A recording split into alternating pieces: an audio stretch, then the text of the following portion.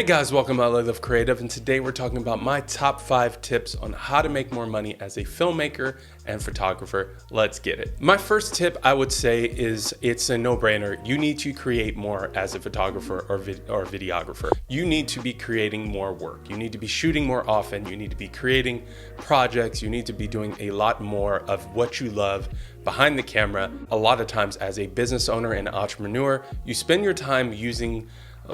most of your time doing administrative work, you're doing a lot of pitching, you're doing a lot of briefs, you're doing a lot of organizing for different clients. But a lot of times I find that I am doing a lot of talking and a lot of organizing and no shooting and no creating. And that is a disservice, I think, for you.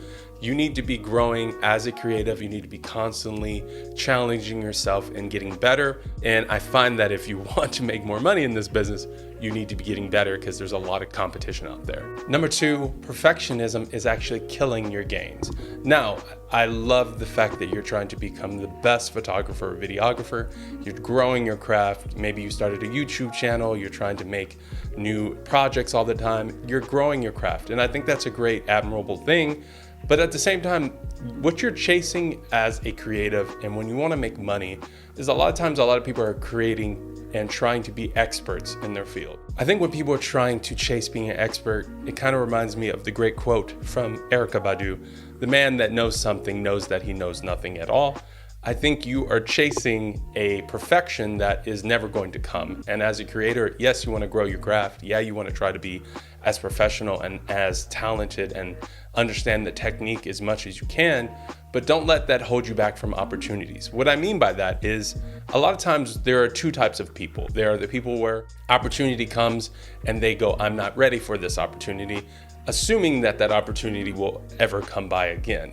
And then there are people that when opportunity comes, they go, "I'm not ready, but I'm going to get ready and I'm going to just jump right in." And I think failure and jumping right in is a mentality that a lot of very successful people have because they learn from those failures and they just will go tackle any opportunity that comes. I think a lot of times when you're a photographer, you think you have to be the most technical. You think when you're a filmmaker, you have to know everything about filmmaking and everything about, lighting and camera and all that. Yes, you need to know the basics. Yes, you need to strive to learn the techniques. Don't try to chase perfection. You'll never get there. Just be open to opportunities, and when they come, go for them and learn from them. Number 3, picking the wrong projects in the wrong niche. Now, a lot of times when I talk to people about creative projects, when I talk to people about what they want to do, a lot of them say the same things. I want to create dramatic storytelling. I want to shoot short films. I want to shoot music videos. I want to shoot fashion videos. I want to shoot lots of cool projects. And I think that's great. I love to shoot these projects. I love shooting commercial work. I would love to do more compelling documentary style commercials, more compelling, personal projects, short films. But a lot of times when you want to make money, you need to be focusing on where the money is at. And one of the ways to do that is to pick projects that are more stable in more stable industries. That would be corporate videos. That would be e-commerce photography when it comes to fashion. That would be lookbooks. That would be wedding videography and photography. Corporate, medical videos. These are the things that are going to make you a substantial amount of money in the future. These are the industries where they expect a certain level of professionalism and quality.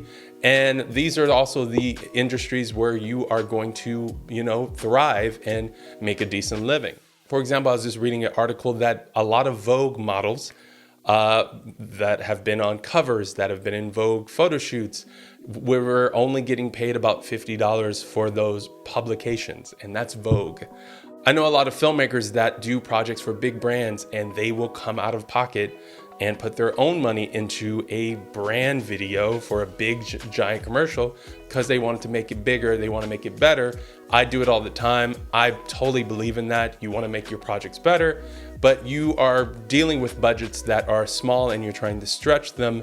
At my company, we like to say, if the cooler the project, the broker the project. So just keep that in mind, that maybe if you want to make more money and you want to grow as a photographer or a videographer, you need to be hitting up more stable industries, doing more maybe more boring work to be able to do all the passion projects and stuff you want to do in the future.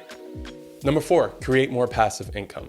Now, when you're a filmmaker and let's say you are a entrepreneur or you work for a production company or something like that, you are trading your time for money, basically. So if you work, for instance, I work for a production company, those hours, they go, to my paycheck. That there's no more money I'm going to make from that.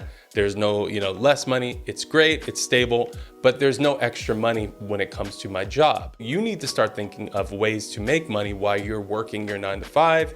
You need passive income. You need something that is a additional maybe $2,000, $3,000, $4,000, $10,000 a year or month, depending on how good you are, that will be able to sustain and allow you to do more creative stuff and allow you to not struggle so much as an artist. Great example would be renting your equipment on sites like Artgrid, where, people, while you're doing your desk job or while you're working your regular job or while you're doing a project, you could have the equipment that you're not using being rented out to make money. When renting out equipment, you can make an additional $500, $1,000 per month renting your stuff out if you have the right stuff when it comes to renting.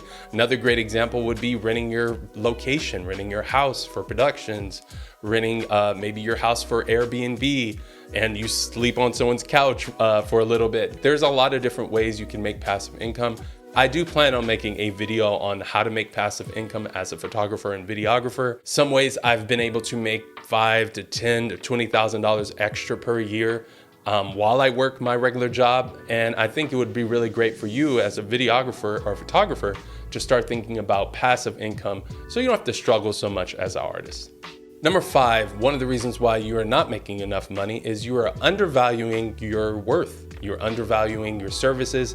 And on top of that, you're not expanding your services. So one of the things I did when I first started working as a videographer and photographer is I basically tackled all the low budget projects. I was in a situation where agencies would have these smaller budgets and a lot of filmmakers and a lot of photographers wouldn't want to take these smaller budgets because they couldn't actually do it with their crew, with their company. They couldn't actually tackle them. So our company just swooped in and tried to do all the smaller budget projects. But as I got older, I started taking on bigger projects, started increasing my services, started increasing my prices, and that allowed me to actually not feel so burned out because I was tackling so many little projects for smaller money.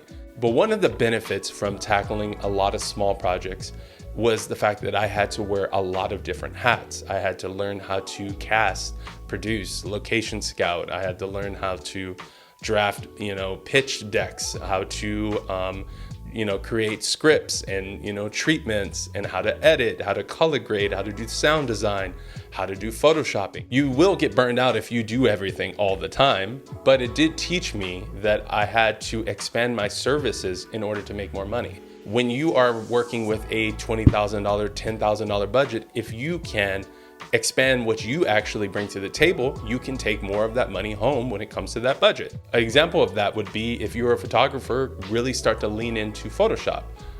Really start to get better at photoshopping so that when you are working with a project and working with a brand or client, you can shoot the photos and then charge more when it comes to the editing. So you need to be expanding your services so you can make more money. I'm not saying to become everything because you will probably burn yourself out. The end result of that product won't be good if you are doing everything and you're not that good at everything. But if you're working with smaller budgets, you can take on more responsibilities if you know you can handle it, and you can also make more money.